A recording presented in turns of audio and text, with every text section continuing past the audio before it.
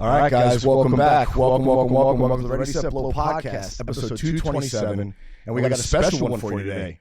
We rented out studio space to bring in none other than Gianmarco Soresi, hilarious comedian. What's up, John? How you doing? I'm honored.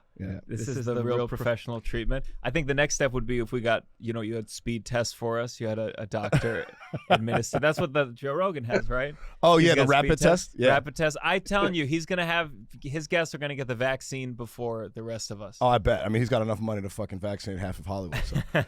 And we got Chase on the CNN satellite fucking feed.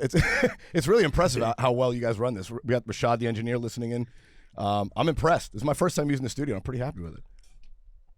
It's just fantastic. Yeah, thanks for having me, guys. Thanks for having me. You're the fucking co-host, of course. Oh yeah, that's right. I forgot. I prepared this podcast when Randy hit me up and was like, now before I get into my shit, I would like to pronounce your name correctly, sir. So I thought your name. Okay, I know what your name should be.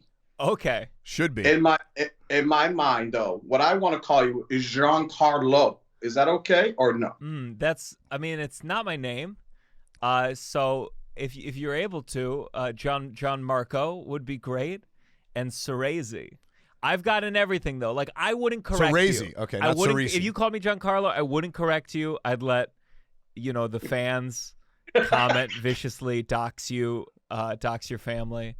I've gotten Giancarlo. I get a lot of Scorsese. That's got to be hot. Yeah. Well, and then my joke is always like, if I was Scorsese, I wouldn't be fucking here. Okay. So, well, I'm sorry about that. I'm always gonna call you by your name. I did wear this shirt specifically for you because I did go over your Instagram page and I saw a label. So hopefully you like my it's fucking my Jeff stunning, Goldblum man. I every time I'm in LA, I hope I run into him. I really just want to play his son in something. I have a fucked up thing in real life, hopefully. Yeah. I once did an audition and they were like, "You should be like Jeff Goldblum's assistant," and I was like, "Oh, I thought like him or his son." Can I play a younger him in a movie or something? They're like, "You could be a stand-in." I was like, "No, I want to be on the fucking screen." But there's part of me that really, it's kind of fucked up. I want Jeff Goldblum to get in some kind of trouble so I can like play him on Lifetime, like some kind of Jeff Goldblum story. Yeah. So we'll see. Have you ever got Henry Cavill at all? Henry Cavill? What are you talking? I mean, I wish I got Henry Cavill. That's very flattering of you to say. But he's a stunning man with a butt chin. I don't have a butt chin. I have a. All right, maybe just my fixation. I'm sorry. I apologize. Yeah, Chase is a weird thing with male actors. He falls in love. His personal favorite is Blair Underwood. I think he's got. Which one's Blair Underwood? He's the one that was like in Stellar Got Her Groove Back, right? What else? He's done like all of like the black rom-coms. He's like the guy. Okay. Yeah. Okay. Listen, I think it's like Henry Cavill's a big compliment. I've gotten Jeff Goldblum's the most. I get a little bit Ryan from The Office now and then on TikTok. TikTok is all about like everyone's comments are like, this guy looks like this. And really? Yeah. On bad days, I get Ray Romano. Get TikTok. I know everyone. I my buddy Joe Bagley's big on it. He's like, dude, it costs you nothing to just costs add you that. nothing. Like it's one more fucking social media app, but I get it. But it's like it's all about. Like right now, if the TikToks do well, then I put it in my Instagram Reels. Gotcha. Like that's the system I developed. Yeah, my thing is the whole editing of the video, like the trouble of editing it twice, 3 times for the right format. I will say this: captioning on TikTok is way easier than captioning on anything else. That's helpful. But yeah, it's all a nightmare. But we signed up for this nightmare. I know, right? It's a fucking. You sign up to be a comedian, you become. A producer, a videographer, all this shit, engineer, just to get your product out. All you need to do what inspires me to like keep learning the apps is you'll see a 50-year-old, 60-year-old comic who was big in the 80s, like figuring out Twitter like right now. Oh, yeah. And still adding 10 hashtags, and you're like, I can't become this. So every app that comes out, I'm like, I got to get on top of it. I got to figure it out. Yes, it was made for 8-year-olds, but I got to get in there now. Yeah, first mover advantage helps, and the thing with TikTok, I think Chase and I spoke about this a few weeks ago. It's kind of like a fame lottery ticket. Like if you post one good one on there, you could be like the ocean spray guy. Yeah, and fucking all of a sudden have a career from nothing. For sure, And you always want to get in on the ground floor, but you forget like since TikTok, like 10 people have invited me to be on like TikTok different apps, and they all seem like shit. Well, that's So- the thing. You never know what's going to stick Yeah. So to I a certain degree. I put one video up on something called like the Razzle.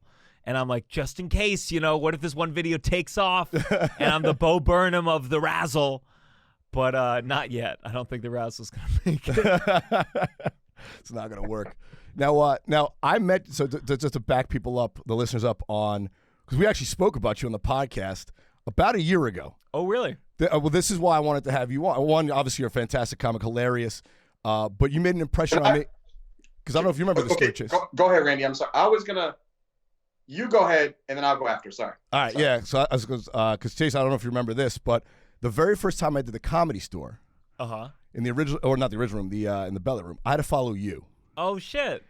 And it was easily the toughest follow of my short-lived comedy career That's thus very far. kind of you to say. No, so the backstory. So it was Courtney Sherman and Natasha Hansen show, Boss Comedy. Boss Comedy. Yeah. I had just moved into town. As I was driving across the country, I had met Courtney opening up for Chris Frangiola at the, is it Courtney Sherman? I think so. She wasn't the one who booked Her last me, name is so I don't Sherman. give a Anyway, fuck. I'm just drawing a blank, but I met her at Stir Crazy in Arizona. I was doing some spots that Chris Frangiola had given me, and she was featured for him, so I was opening it up. And, she's like, oh, that was great. She's like, if you ever get into LA, I was like, I'm moving there now. That's why I'm driving across country. She's like, oh, let me know when you're in town. I'll have you come up and do the show in the Bella Room. I'm like, oh, fantastic, right? And I got up there, and you were going on before me. And if I recall, you had a notepad with all your fucking notes on it, and then you had a laptop open with the most detailed. I was like, I'm not writing enough, but because just the amount of shit on it, but also the detail. It was almost like he had like a spreadsheet that he could like push a button, like, all right, jokes about cats, and there's just a whole fucking other tab would open up with like 1,000 cat jokes, all this shit, and you were like scrambling around in that little dark corner in the Belly Room. Yeah. And I'm like, fuck, man, what is going on? So he went up before him. I'm like, all right, well, let's see how this goes. And he fucking destroyed. Chase, when I say destroyed, I mean the paint was coming off the walls. It was fucking. And of course, of course, I was like, all right, like I could do this. I've done. This is gonna be fun. My first time at the store, blah blah. And I get up there, and I don't say it bombed. It was not my best set, not my worst. But I feel like I did the classic mistake that you hear other longer term comedians say that you don't do, is try to keep that wave rolling, and not address it. No, and doubt. I didn't do that, and the whole set. I mean, it was fine, but I felt like I was digging out of the hole the whole fucking time. If you guys want to listen to the original, me originally talking about it, was episode 168 on November 13th. Did I end with? Was it the Axe body spray bit? I believe so. Yeah. I So believe so. like that's just a bit. It ends with me having like a God, I haven't done this bit in so long because of fucking coronavirus. It's not a bit you do on Zoom. But I talk about Herbal Essence. The woman had the orgasm having the shampoo, and I recreate Herbal Essence if it was me. It's a good setup that gets into it. But it ends with a minute-long graphic orgasm of me like washing my hair. Well, that was while it's I'm very coming. theatrical too. So I'm like, I come up Super. there looking like a fucking like the bouncer just wanted to do a spot, a guest spot. And and he's like fucking jumping all over the stage and shit. And I was like, fuck. And so of course the whole night on the ride back, obviously I let him know how great he did. I followed him right away, and the whole night I was like, fuck. That was the set I wanted to. Those are the laughs that I wanted to hear. So in my head, you will forever be linked to my comedy career for that. So hopefully that wasn't the last that I do with the comedy. So I'm sure it won't be. But unless this fucking pandemic goes on for forever. No, that's a high honor. But I kept following him. He was very kind about it, very sweet about it. And then I saw he's very funny jokes on Twitter. And then I saw that Gianmarco had recently filmed and released a special called Shelf Life on Amazon. Wait, hold on. Yeah. Before you even get to that. All right. Yeah. Before we get to the yeah, meat of this. I need to add my fucking thing to that. All right. Okay. Okay. So Chase, who was 3,000 miles away. Yeah. What was your view? So when Randy, I do believe I know exactly the day, and I remember the exact episode that he talked about this. Randy has never forgotten that night since. I don't think he's ever forgotten it since that happened. Not a day goes by, Gianmarco. First of all, I laughed so hard because he was just like, the way he explained that you performed and how well you did, and I I think that was when you first moved there, right, Randy? Yeah, LA, it was. right? Yeah, I mean, it would have been November 7th or 8th. Yeah. So it was like a couple months after I'd moved here, and yeah, no, it was a great set, and he was very kind and gracious about it. But I just, I'd followed fucking headliners in other places before, and I was okay. But I was like, who the fuck is he? He's from New York. I've never heard of him.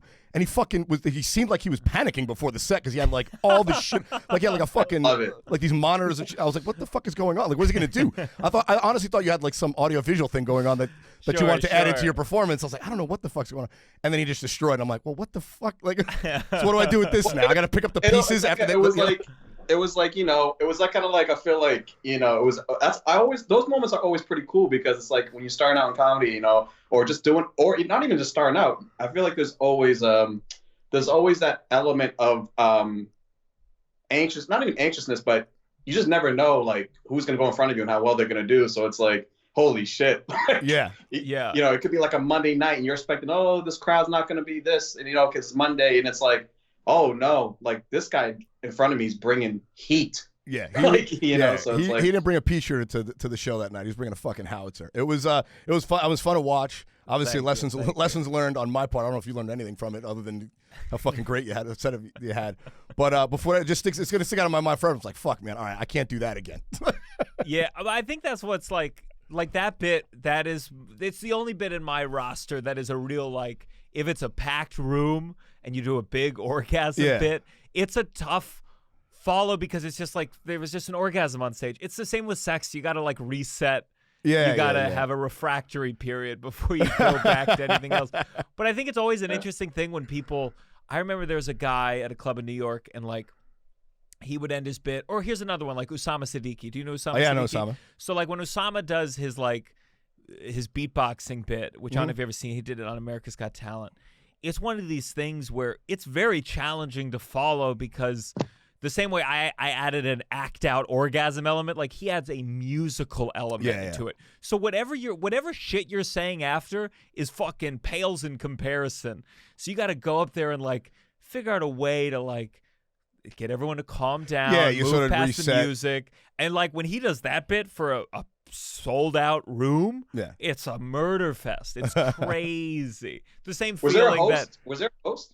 Yeah, I think Natasha was hosting that night. I think so, yeah. But yeah, I'm also glad personally. I was like, I didn't get bitter about it or anything like that. I was like, that was fucking great. This guy's fucking fun, and you're so sweet about it. And then I saw, like I said, I started to get into I saw you started working on the Netflix or the Amazon thing rather, and I was like, all right, this kid's making moves. Then you happen to be out here doing the stand up New York shows with John. So I was like, we got to get Gianmarco on so I could talk about how it was gonna. It's to this day it remains the toughest follow of my short-lived career. It's also like LA's probably the best place to see me because when I come here, I'm like, I just have to kill. Dude. I barely do any new shit when I'm here because I'm still not at that place. I'm like, I just have to impress everyone in this room. But I do feel like New York comedians can kill harder in the room like that because they just have so many more reps than a lot of no doubt comparable comedians out here. And especially when you're talking about subject matter that's not popular out here, it's obviously there's different vibes to the comedy out here as to back east. So I think that sort of adds to it. And obviously a small room like that where they're all on top of each other is fucking perfect. Yeah, I think it's partly that, more reps. And also I just think in general, like the circumstances we perform in New York sometimes are tougher. Like like the club I work, LOL, a lot is like Barkton crowd from Times Square. So a lot of my jokes have to have that like really big, sharp pop. Yeah. Because I will lose those audiences so fast. So like you get trained in a way where if you have to just crush in 5 minutes, whereas I think LA might be more beneficial to like develop something with where you can trust people are listening and maybe have more of an arc to it. Yeah, more New story York, arc. My sets, like it's just like for a lot of the clubs I work, which are rough, it's like it's just got to pop, pop, pop, pop, pop. Yeah. And you do that in like a room where people are listening and it's sold out. You can do well. Yeah, the jokes per minute are way higher. Yes, for sure. You don't give them time to breathe in between or anything. Yeah. And sometimes you want it. Sometimes there's like certain things I haven't gotten to explore because I'm like, I need them to listen for too long for this to work. So yeah. So yeah, it always feels good to come down. I mean, when I do those belly room shows, I'm there to murder. Yeah. It's the best 10 minutes I have at that moment in my life. Which makes sense especially if you're visiting. You don't want to fucking let me go back and do 10 minutes of new shit. Yeah, Sure. Now, how long have you been doing it? How long have you been in the game here? I always tell people like between 4 and 5 years. Okay. What happened? I went to college for musical theater. I did like a classic. Yeah, I was gonna say how'd you get into it? Because you see, like, just from your performance, it's much more like it's much more of a performance than I would say any normal 4-year comic who hasn't had that experience. For sure. Yeah. So I took a class at Caroline's Comedy Club in college. Like one summer I was in New York. And that was one of those things, you meet 7 times, and then you have to do 5 minutes for a sold-out white-hot room, and you think you're amazing. I went back to college. I did an hour for friends. That was mostly just like sex stories. It was just like every time I'd had sex, I talked about in that hour. Just filthy, dirty. Yeah. First time I went down on a woman. The time I thought a woman was coming, but she was peeing on me. And it was just like, just so vulgar in a way that I wouldn't even be vulgar anymore at this point. Yeah. And then I was one of those like fake actors who was like, yeah, I do stand-up comedy, and I would do one bringer a year and like murder because it was a sold-out white-hot room, and then be like, oh, I got this. And then it was like 4 years ago, I wrote a play that had a lot of like narrating in it, and a friend was like, you should focus on this. This is what you're good at. And I just took a hard right into stand-up, and that felt like when it was real, like about 4.5 years ago. It became the sort of primary thing. Yeah. And once you like, I was not a night owl, and that's like why I wasn't into it. I like went to the Creek in the Cave, rest in peace, and like I did like a mic with a bunch of like bro-ier guys, and I was like, oh, I don't fit in here. Yeah. And I had this delusion that I think what happens when you do like enough bringer shows, I would go to mics. I did 2 mics at the Creek in the Cave, and I bombed. And I was like, wait a second, I'm killing at these sold-out shows. I'm bombing at these mics. You know what? My comedy only works if it's like a sold-out room. And you go into this delusion. You're like, yeah, you know what unlocks my magic? The hottest crowd in the entire universe. That's when I really get kicking. And also, like, that's when the stage presence and all those skills can click it a little bit more. So then I started. It became all about writing. It wasn't until I did Fight Club, Comedy Fight Club in New York, that I bombed, and I really learned. For me, roast battling taught me like what joke writing really is, and I just got my writing up to performance abilities, and still making that journey. Nice. Well, yeah, you went to school for musical theater. Yes. How much did you like work professionally, try to get on Broadway and all that for a no, stretch? Or? I like the college like beat the joy of theater out of me. Singing was something I was obsessed with. The way I'm obsessed with comedy now, and me on the notepad with the computer, like that's how I was about singing in college. Mm-hmm. And I just like hit a fucking wall. I had like a voice teacher who like promised that I would like, be the next Pavarotti if I used her techniques, and I believed in it.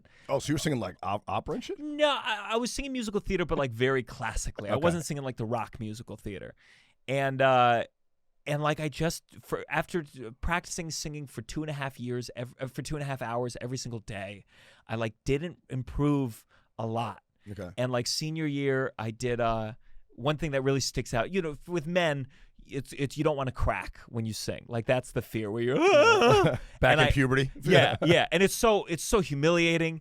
And I wanted to be a tenor. You want to sing high. Like that's what's risky. It's like that's all the singers that people admire. Yeah, they sing high. And I did it's a show based on Rodgers and Hammerstein, and there's this big moment at the end. It's this 10-minute song called Soliloquy, where this guy's envisioning he's about to have a son or maybe a daughter, and he's like, what kind of dad am I going to be?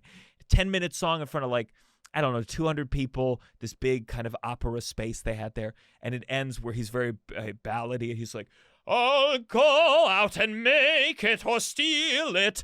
And then he says, or take it. And I went, or take it. And it was so utterly humiliating. It's the worst bomb of your life to this day. No, comedy bombs do not compare to that bomb because it's so visceral. Everyone knows immediately, like, this is not what I intended. This was not a choice. Yeah, it was like tripping on stage kind of a thing almost. Yeah, and I wasn't trying out new material. This was, and I go back and like, I can't even look at people. My skin is on fire. And like, I was like, is that the kind of life I want to have, where I'm always worried about my voice, I'm always worried about cracking? And once I moved away from singing and like was free from that fear of like, what if it's a little scratchy? What if I have acid reflux? My life like became so much freer compared to those 4 years. Yeah. Do you start in New York? Start comedy in New York? I started in New York. I'm very envious of people who started in I don't mean to call Boston a smaller scene, but like Chicago or Boston or DC. I'm like, it feels cooler. I don't think you can still get more stage time in New York than anywhere else. Yeah. But like, I know DC the most, and I've been to Boston a little, but it's just like you seem to have more of a community. And then when you go out to places like New York or LA, you have like your boys that you came up with. Yeah, I mean, so Chase and I both started in Boston, and we always say it's like, you know, obviously New York and LA, there's a lot more comedy to be done in terms of rooms and all that. But like you said, it is a small market. I mean, New York's 8 million people, Boston's 800,000. It's literally 1/10 the size. Yeah. But for the size of it, there's a lot of rooms to go work. You can do 2 shows a night, 3 shows a night, even as an open micer. So that's nice. which is nice, and it's smaller, easier to get around, and there is a community aspect of it too. But as Chase well knows, it comes with the backside of that is, you know, sort of the catty bullshit like high school type shit that goes on. Sure. And I just imagine, you know, you sleep with someone and it's a disaster. I mean, I don't sleep with comedians, my friend. Never. You never have? Chase, have you slept with a comedian? Come on, man. Come on, B. You already, come on, dog. Of course you have. Come on. You know that answer, man. I don't want to give you the impression I'm not like some like I'm not a hound dog of sorts, but like especially at a local scene, you're spending so much time together. Things happen. You have a. I listen, man. I got a lot of love to give, and I'm an equal opportunist, you know. So we're all adults, you know. Yeah. We're all adults here. But that's so, the thing about Boston. I've dabbled. But I did want to say something about that, just to kind of piggyback what you were saying about like I assume like when you go and when you do stand up and stuff like that, like the performance part of your acts, like because I saw your special. I was actually working out early, and I saw your special when I was working out. Thanks. And just to add, I was sweating while I was watching you, so hopefully you don't feel too crazy about that. That's got to be. Let me tell you, I always know I'm doing a light workout if I'm listening to stand-up comedy. I know I'm not like really burning the calories. You haven't seen my body Chase yet. isn't a heavy workout kind of guy. He's a heavy Alfredo sauce kind of guy. I'm doing some very light treadmill. Oh yeah, it was watching the net on a bike. On the elliptical. But I did notice, like, you know, I'm really I like a whole I just love comedy so much to stand up, and I always and I like different styles, and I like when people also like perform and are very physical. I guess you would have to actually people I feel like don't understand how much like actually in shape you have to be, right, for when you do that type of style of comedy, right? So you have to kind of. It's definitely I sweat a lot. I sweat a lot every time I perform. That's just more because he's Italian. Exactly. Oh, Italian, really? Yeah, Italian, more Jewish, but we're both sweaters. Well, me and you are actually a lot more connected than you probably think. I'm from Eritrea, but we were colonized by Italy, so thank you. Oh, you're welcome. I don't know if that's good or bad, if it was a nice colonization or one of those terrible ones. Oh, you guys! Oh, it was fantastic. You guys introduced us to panettone. Oh, good. I'm glad. I like how Chase he just assumes it was a good colonization because you get pastries that he likes. Well, that's what they actually introduced us to Catholicism, panettone, and 1 out of 2. We both got plenty of jokes trashed in the Catholic Church. Yes, we do. But I will say, I will piggyback what Chase said on that. Like, that's probably why I like your act so much, because it's not like my act. Like, I'm not that theatrical. So it's like, that's something I could never or would never think to do. So I find it fascinating when someone does something different. You know, like, if I watch someone similar to me, it's like, all right, well, what the fuck? Like, you know, I get what he's doing. So I sort of lose a little bit of interest. Of course, and it's definitely changed. I definitely used to do more act out stuff, and then the more I get into stand up, like the stand up I really like listening to are like one-liner comics. And you're saying like Anthony Jeselnik. I love Jeselnik, but like I'll also love, like, I was just watching, had an audition for Marvelous Miss Maisel. I only say that because I watched an episode where Wanda Sykes played what's her name, Mama Mabley. Mom's Mabley. Mom's Mabley, and like I go back and I listen to Mom's Mabley, and I'm like, these are beautiful, like just tight jokes. Yeah. And I even love, even if it's just like a completely fictitious setup, like street jokes. I love. too. Street jokes are the best, dude. So like I that's what I like try to strike that balance now, and there's times where I'm like, yeah, I just want to tell low energy, just mumbling jokes, and then high energy, and I'm trying to, I hope to find whatever balance I like over time. No, but there's a lot of jokes though in that special, man. Thank you. I mean, it's like rat tat tat tat tat. It's like bap bap bap bap bap bap bap. There's like no break. It's like you're just like going, and it was pretty. I always like watching comedians like that. My style is not like that at all. I mean, to be quite honest with you, I don't even have material. But, but I don't even know how I've been able to do this so long.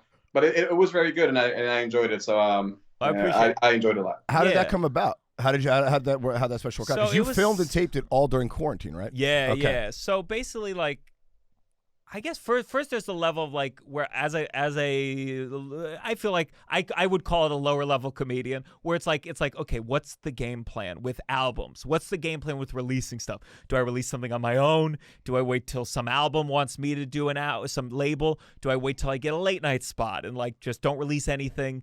And then all this shit happens. And I ended up writing like a lot of coronavirus material, stuff that had like a shelf life. Yeah. And the name of the special for those listening. Yeah, it was going to be that, or it was Comedy Night on the Titanic was the one I was going to do. And then, shelf life prevailed. But I wrote all these jokes that had a limited time I could do them. So I didn't feel the same attachment to them as like some of my other material of like, when do you debut this, or when do you burn this, which I feel like the concept of burning material has really changed, because the idea that like, once you tell it on this, you can no longer tell it, because like you put it on an album until you're famous, no one listened to it. Exactly. So why would you consider it burned? Yeah. And there's so many channels now too. So like, if not everyone has HBO. So if you didn't, it's not like you lose a Netflix cut because you did it on HBO. You're like, obviously it gets a wider release, but like you said, if you put it on YouTube and it gets 100,000 views, there's still 330 million fucking people who did not see those jokes. Of course. So and look at Seinfeld. Jokes. Seinfeld has been telling the same jokes for 50. He just released a book, and it's like he's milked it for all it's worth. Yeah. Mixed with the fact that like you don't want to be the person that's just always doing the same bit forever. Yeah. So that was always in my head. But then I wrote all this stuff that I knew was going to expire.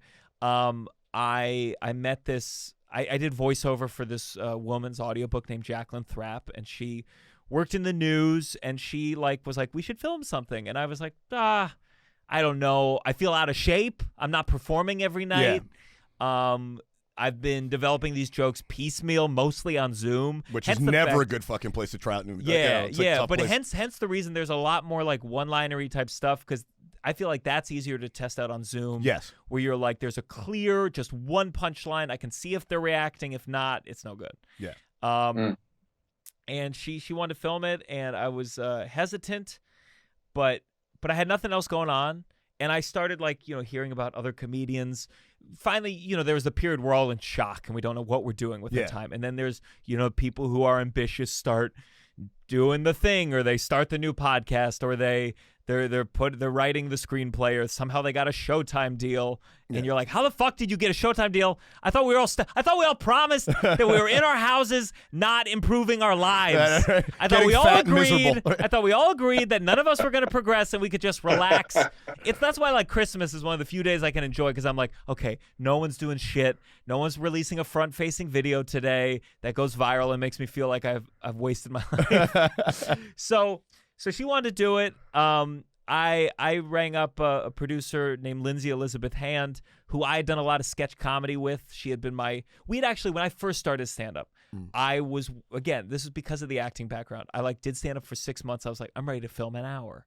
And someone offered to, I'm sure it was a tax write-off for them, they offered to give $5,000 to film an hour. Ooh. So we filmed this hour, but I was so early in stand-up that in the 3 months it took to edit it, I had gotten so much better from those first 6 months. I was like, this hour sucks. Yeah. So we same never jokes released you could it. tell better, in some ways. Yeah, so many jokes. So I'm like, if I were to watch it now, I would feel sick. Yeah. Because I'd be like, that sucks. But she did a great job producing it. Yeah. It was me that was the problem. And she came on board the project. The producer, Jacqueline Thrapp, who worked in the news, brought on a director who worked for CNN, who had done a lot of documentary stuff. And she really wanted to film a lot of like me doing the Zoom shows, the outdoor shows. And part of it, like when you're a comedian, you're like, no one wants to hear more about our struggle in this time. But it's like, you have to remind yourself, all my friends are comedians. That's not what other people, it is cool to be like, oh, a rooftop show. What's that like? Yeah. A Zoom show. What's that like? So she kind of took the lead on that. And I got to work trying to put these 30 so minutes together. And I was lucky enough, Stand Up New York was doing a lot of outdoor shows where I got to run stuff. I only got to run like the 30 minutes once. And like wire to wire, yeah. And it was like in Altoona, Pennsylvania, for a bunch of Republicans. So like I didn't know. And audience. It's a liberal set. It makes fun of liberals. Yeah. But like that was the only time I got to run it in full, and I put in like 2 bits that were kind of tried and true.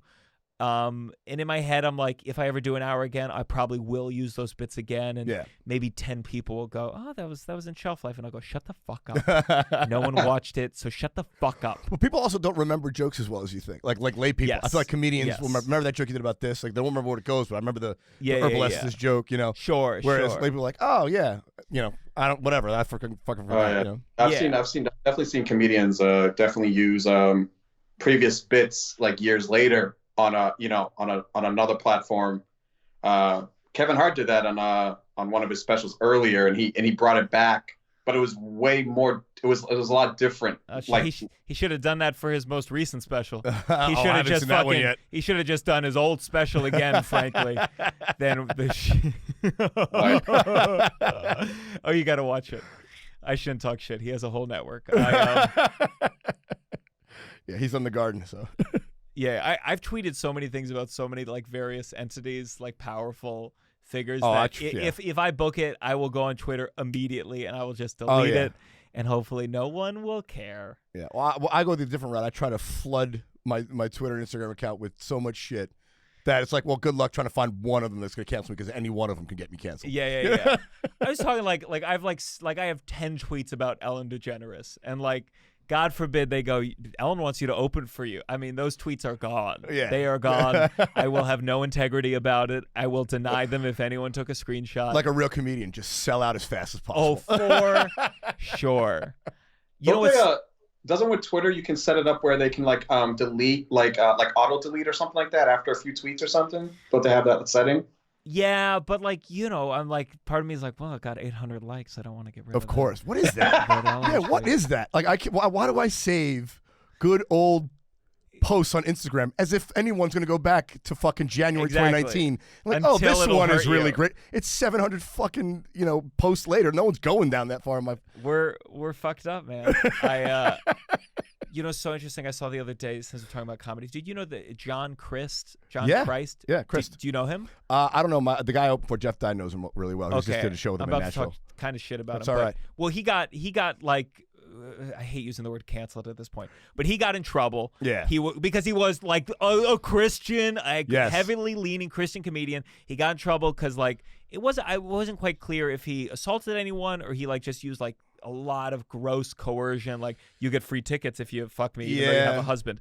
Bad shit. Yeah, I mean, it was basically, it was sort of firing too hard at ladies in the DMs, if you will. Yeah. I don't know if it got worse than that, but it was bad. But I went on. I'm always curious how people change their careers after that. So he did the customary leave Instagram for 3 months with his last thing as a note saying, "I'm gonna reflect."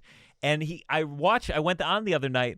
And he's now like talking about like cancel culture, and he like went to the grocery store and did this video that went viral-ish where he's like, oh, they're separating the white and the brown rice. You're canceled. Like he was making fun of liberals, and I was like, that's so interesting to me that it's like you can no longer do the Christian circuit exactly. Yeah. So you're gonna lean into, like, people said Louis C.K. leaned into like the alt-right thing, and I was like, that's not true. His comedy has always been this fucked up. Yeah. But this guy was very, very clearly a calculated turn into like cancel culture stuff. And I think it's so interesting because I don't feel like I have control over. I don't think I could write really funny material about stuff that isn't authentic to what I think about. I would agree with that. I don't think I could, like, if I wanted to be like, I do a lot of Jewish gigs. If I wanted to write a bunch of Jewish material. He's black Jewish, it's a thing. And like, I don't think I could just like start writing an hour's worth of that shit, but that's like what he's doing. Yeah, that I always find strange too, because like, so I talk about that, like trying to put together a corporate set or something. It's like, I mean, I could, but it'd just be like pulling fucking teeth, because everything that I find funny is not a topic they would want to hear at a CVS offsite or some shit. You know, the Deloitte and Touche offsite. They don't want to hear about me, thinking about my hairy asshole, whatever the fuck else, like, or whatever crippling relationship thing happened to me most recently.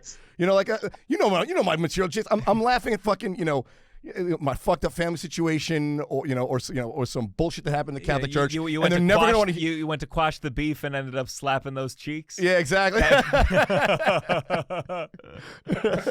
I totally hear you. I think about that sometimes because, like, I hope, like every comedian in this world, you find success, but part of it's like, should I release a clean album? Should I like come up with an hour, because you hear those Sirius XM clean hours can make a lot of money?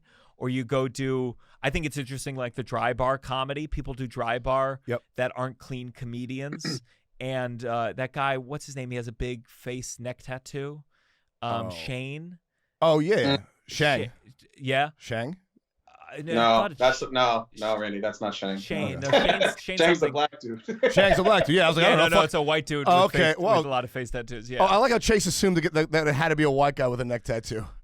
I don't know too many black guys with like this kind of full. Oh, they got the fucking. This is like the full neck tattoo. One. He's got the full tattoos. I gotcha. Yeah. Anyway, you need to be like real pale to like make this whole. Yeah, to present it well. To have like the full neck canvas, and he's one of these comedians where like he's not clean at all, but he went viral, like very viral, off this dry bar comedy, and you're like, it's just an interesting choice. Yeah.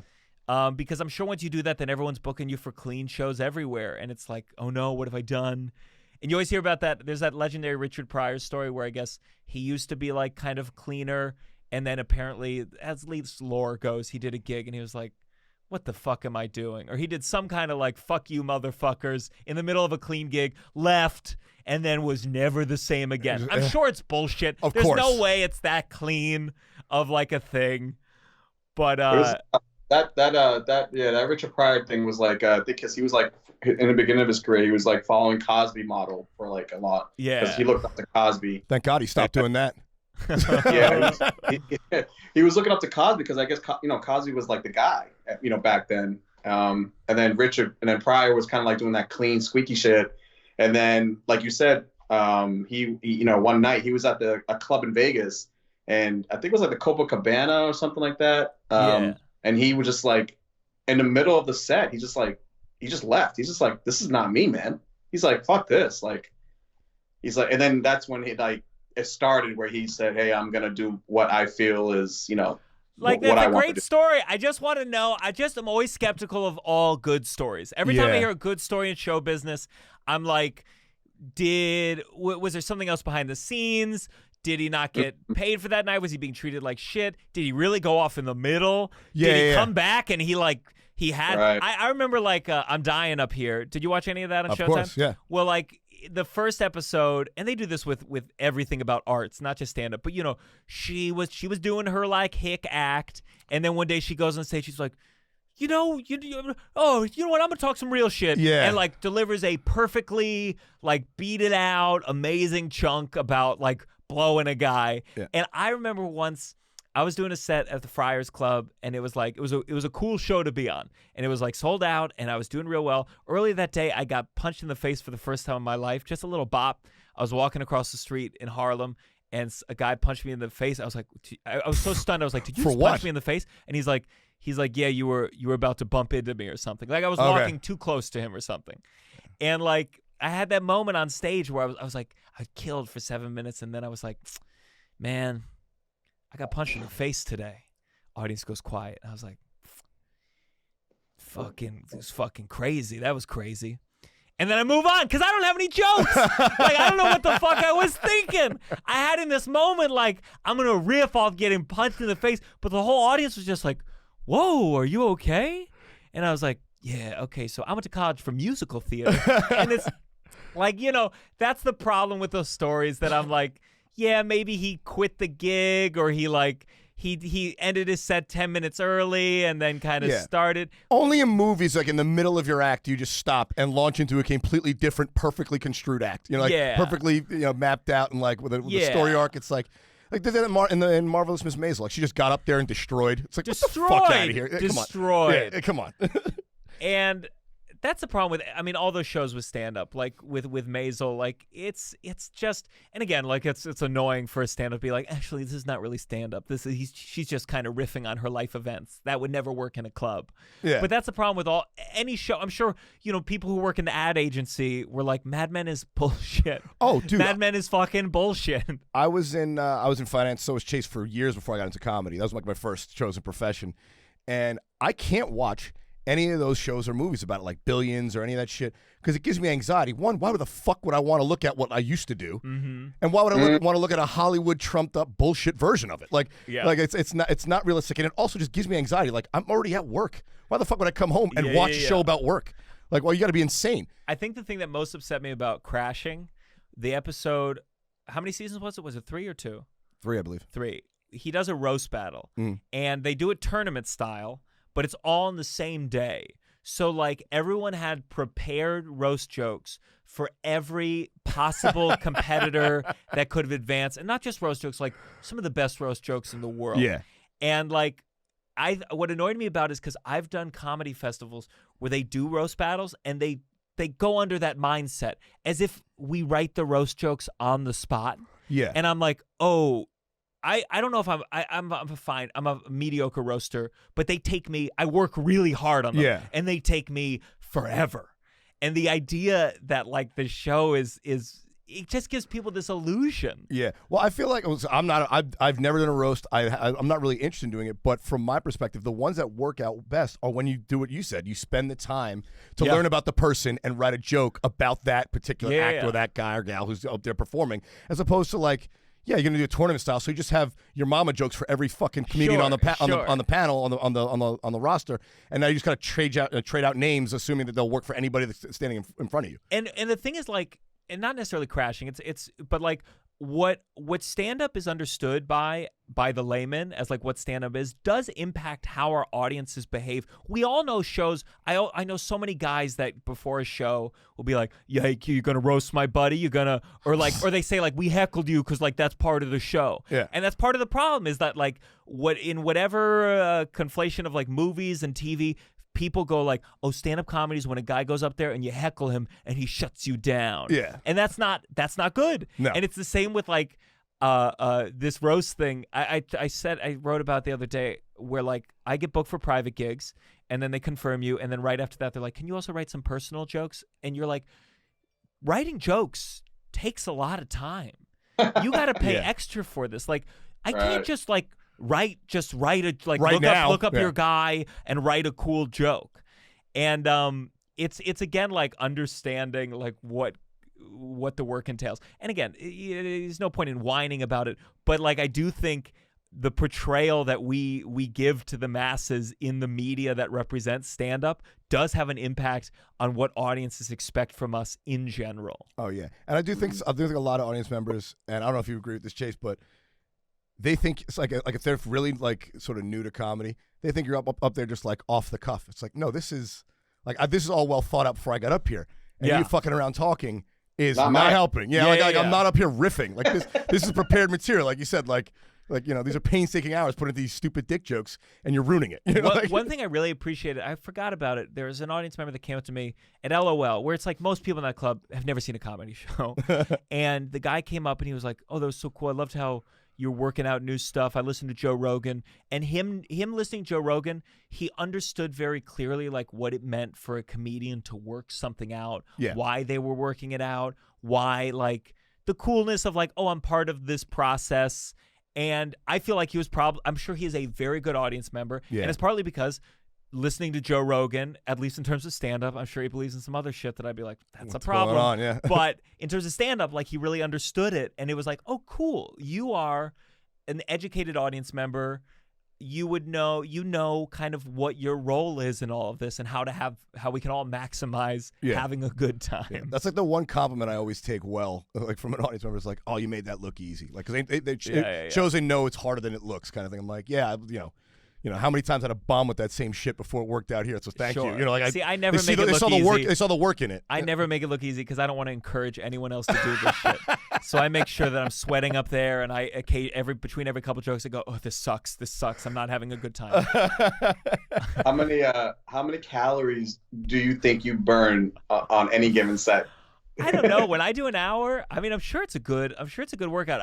Every time I do an hour, it's been a while, but I'm like, I got to start wearing undershirts because I'm always sweating by the end. Always. You're really active about it.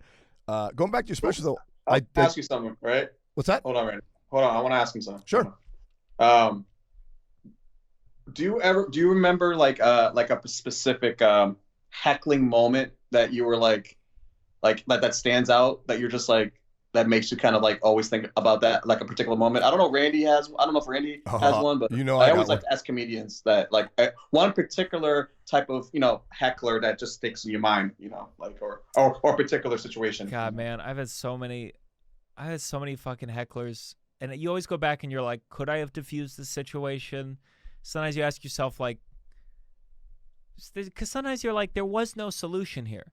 There was no solution. The club should have kicked him out.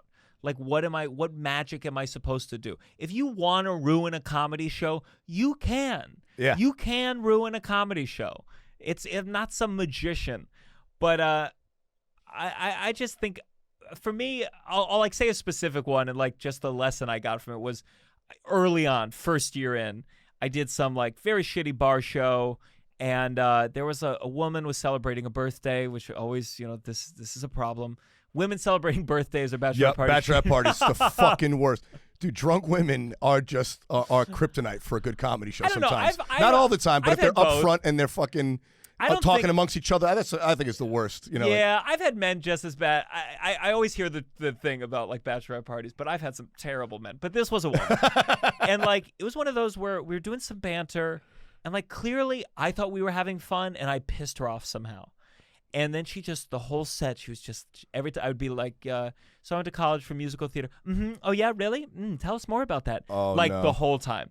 And I'm super early in. I'm at that stage where, again, and part of this is a lesson too, where you're like, in some situations, you just can't do material. Yeah. And you're a fool to try. Yeah. You just can't. And this was like me still trying to do material because I'm early in. And at the end, I like wrapped up. I was like, all right, thank you so much, guys. I hope you get hit by a car, you fucking cunt. And like, I was doing a set where like, you can't tell I have a mouth or like that I have a temper. Yeah. And the room just was like, holy shit. And I felt so embarrassed. I apologized to the booker. I was amazed. People were more upset that I called her a cunt than I hope you get hit by a car. Yeah. That's a violent request. But I think I've always learned that, like, there's a real fine line between shut the fuck up and shut the fuck up. Yes. And the moment they can tell you're truly angry, it's over. Because anger is not funny. Frustration, especially like I have a Jewish flavor of frustration, that can be funny or a little like, would you shut the fuck up? But the moment they can tell that I am not having a good time, you've lost. Yeah. I can't Kramer agree more. is perfect example. Yeah. Yeah, exactly. That man was not having. Yeah. You know what the funniest thing for that Kramer? You watched that? Of course. Yeah. Michael Richards famously dropping was it the Laugh Factory, I believe? Laugh Factory. Yeah. But there is this amazing moment where like he clearly loses it. Oh yeah. But there is a moment where he tries to like turn it back into maybe it was a bit.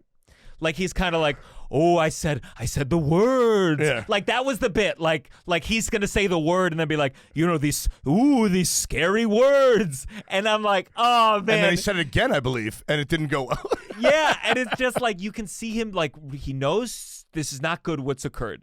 And he's like, but if I can make it a bit, maybe it'll be considered like a brave, bold George Carlin, Louis C.K. bit. And it's again that thing where like he tries to pretend like, oh, we were having fun. Oh, I was just joking around. It's like, clearly you weren't. We all felt it. Yeah. And the words, of course, are the problem, but part of it is also you could tell the feeling Delivery, underneath it was intent. not a joke. Yep. It was a man who was mad and trying to inflict harm. And for me, that's the lesson with hecklers. And I always know, like sometimes if I go to a set and I'm like, oh, I really want to run this. I really want to run new material. I really want to run this new joke. And then I have a heckler and I get angry because I'm like, oh, I wanted to do this. Yeah. And if I try to pursue the thing I wanted to do that ignores the circumstances in front of me, I'm going to lose no matter what. And Yeah. that's the lesson I've learned that I still don't always live up to. Yeah, you still fall prey sure. to sometimes. But I can't agree with you more on getting angry on stage, it being the antithesis of a good comedy set. Because that was, you were asking me, Chase, if I've been heckled. I mean, you were there. It was like at a fucking bar show in Boston. Mm-hmm. But somebody, and I've told the story of the podcast before, but somebody in the audience, I was making jokes about my father being Dominican and my experience like that growing up in a biracial home or whatever. And somebody hissed at me about it. You know, it was like, oh, it was sort of the woke, it was like in Cambridge where, there's a lot of college and shit like that.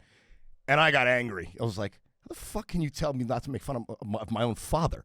And again, it was not what I said, it's how I said it. And the room went fucking quiet after that. You could hear a pin drop. And it just was then turned into the worst bombing of my life. Yeah. To this day, it also remains the worst bombing of my life. Because I got angered at the audience and they don't like that shit at all. Well, that's like, that was Randy being mad at the fact that they weren't accepting what he was saying. But I think like that's a little different when someone's like, "Get the fuck off the stage, you suck." Oh yeah. Well, it was me getting angry at the crowd, like he was saying, in response to whatever she said to me about that joke. I got angry at her, and that was the end of it. Yes, that was the end of it. Yes, Do you remember? I've talked about this once on a different podcast where Dane Cook. He had a moment in one of his early albums where there's some kind of person talking, and he goes, "If you don't stop fucking right now, I'm gonna throw you the fuck out." And he says it like super seriously, like, and he probably had some like rabid, high energy bro-y fan. Yeah. And he says it like fucking, it's angry. And then he goes like, some, it's not but it was something like, oh, it feels like, at the dinner table where daddy just hit mommy or something. And he had to do it. And it was a good enough line and he delivered it very well where the audience, like, he acknowledged that he was angry and that it's okay now. Yeah. And he made it was a good joke about what that feeling felt like. Yeah. But he had to do it. And it's good that he did it because he really got angry. I was curious, do you think Boston, I mean, I don't know, I haven't been to Boston enough to like understand which stereotypes are true or not. Do you think you guys have some of the worst hecklers in the country? I just feel like the impression I get is loud, cursing, willing to have a confrontation. Is that a fair assessment? Chase, I'll let you take that one, brother. I would say, Philly, not from my. I would. I mean, from my experiences, just being here for a little bit, it used to be bad. It used to be bad. It's not like that anymore. Okay. There are still some pockets, though, for sure. And you will get to some fucking drunk, belligerent, guests showing up to certain shows. But it has mellowed out a little bit because, like I said, there's rooms sort of like orbiting Boston that are a little bit more put together. That were, I don't know if they're still a fucking existence because of COVID, but where it had a little bit, people were more versed in how to act at a comedy show. But there are still some rooms. I mean, shit, man, you go down to there's some nights at Nick's, people will get hammered, dude. You know what happens at Laugh Boston, not so much. But I mean, you go down to any of those Route 1 shows, and you could find someone ready to fuck you up. Yeah. Ready to climb on stage and knock you the fuck out if they don't like what you're saying. Yeah. So Nick's Comedy Stop for sure, which is like kind of like one of like the staple comedy clubs in Boston, where Dane Cook actually started. Yeah. Same with Louis C.K., Gary Goldman. Yep. They always talk Yeah. about they talk about. I think that's why I have that impression too. Like Louis and Dane, it seems like they were brought up in tough rooms that you had to own, you had to control the room. Yeah. And that sounds like what made them so kind of strong. Yeah, there's a great, and Randy knows this too. If you've never seen it before, it's a great documentary Barry called "When Crimmins? Stand Up Stood Out." When Stand Up Stood Out. When stand up stood out. It's a documentary about the Boston comedy in the 80s. Okay, cool. Definitely check it out. It's on YouTube, I believe. You can watch it for free. I watched his name's Barry Crimmins. Barry Crimmins, And yeah. he had that famous club, The Ding Ho. the Ding Ho. Yeah, I think that's the one. That might be the one. That might be the one. So yeah. I saw at least the Barry Crimmins. I'll check When Stand Up Stood Out. Yeah. I'll check that one out too. Yeah, it was. Basically, it's a brief, like it's kind of like a documentary, like hour long, which pretty much like shows the comedy boom scene in Boston in the 80s and how a lot of comedians from other parts of the country came to Boston and kind of built up the scene and then the Ding Ho with Barry Crimmins and Don Gavin, who owned the Ding Ho, and Lenny Clark and Tony V, Bobcat Goldthwait, Stephen Wright, all these guys kind of built up the scene, and it's very interesting. I think you would enjoy it. You should definitely check it out. Cool, I will. Do you get to do the road a lot now? I mean, I was about to do like, well, obviously not now, but like in March, at least in April, I think I had like 4 weekends in a row. Nice. Where I was headlining, and then it all got canceled. Like I'd finally figured out merch, and like all these gigs were small. I would be paid, headlining, but $100 a night. I'd lose money overall, but with merch, I could maybe make it back. So I'm really hoping that's what comes next. My brother's in college at Boston, so I like really wanted to hopefully get into some of those Boston clubs. Oh yeah. So I told you before this. I think I'm gonna be in LA, maybe for the winter, so I can do outdoor shows. And then it's hard. I mean, it's hard right now, and we're all assessing like what are we willing to do, and are you willing to travel? Are you willing to do indoors if it's half quarter capacity? Yeah. And those calculations I'll make when the time comes. But I hope whenever this vaccine comes out that I can like start to tour and start to feel like what that's like and experience it. And are you going to take the vaccine? Are you going to take the vaccine? I will take the vaccine the moment it comes out, because I know I will eventually. Yeah. And there's nothing to wait for. People have been taking this vaccine. They've been testing it for 6 months.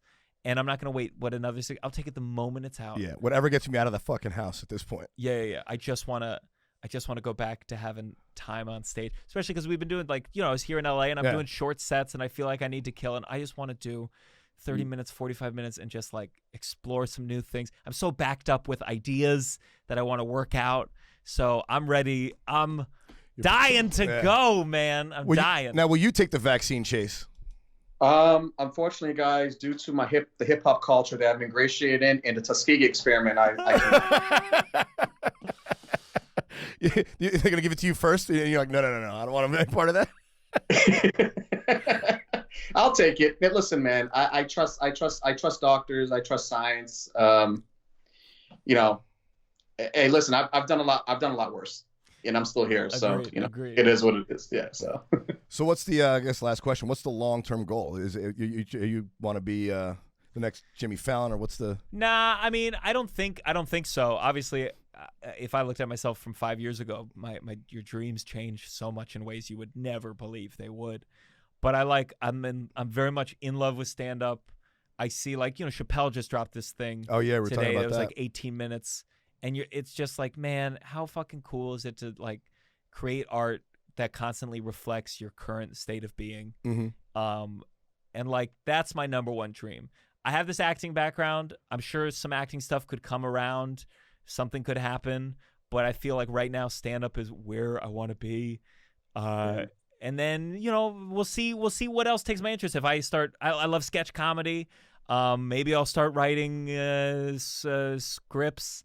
We'll see. But like when I look at, I think like John Mulaney has a dream career. I think Anthony Jeselnik has like a dream career. But I think I don't ever want to be a mediocre stand-up. I think I like really value.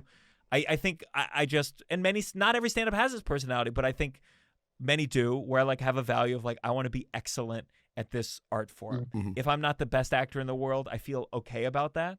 But like stand-up, I'm like I want to be fucking great at this. Yeah. and I don't ever want to release, when you're famous, release a shitty hour. Yeah. But obviously, I'm sure those comics never thought Intend that to, way too yeah. until Netflix was like, "We'll give you $20 million if you can film this tomorrow." And you're like, "Okay, I took a weird shit last night. I can talk about that for 20 minutes." Yeah. My butt sounded like.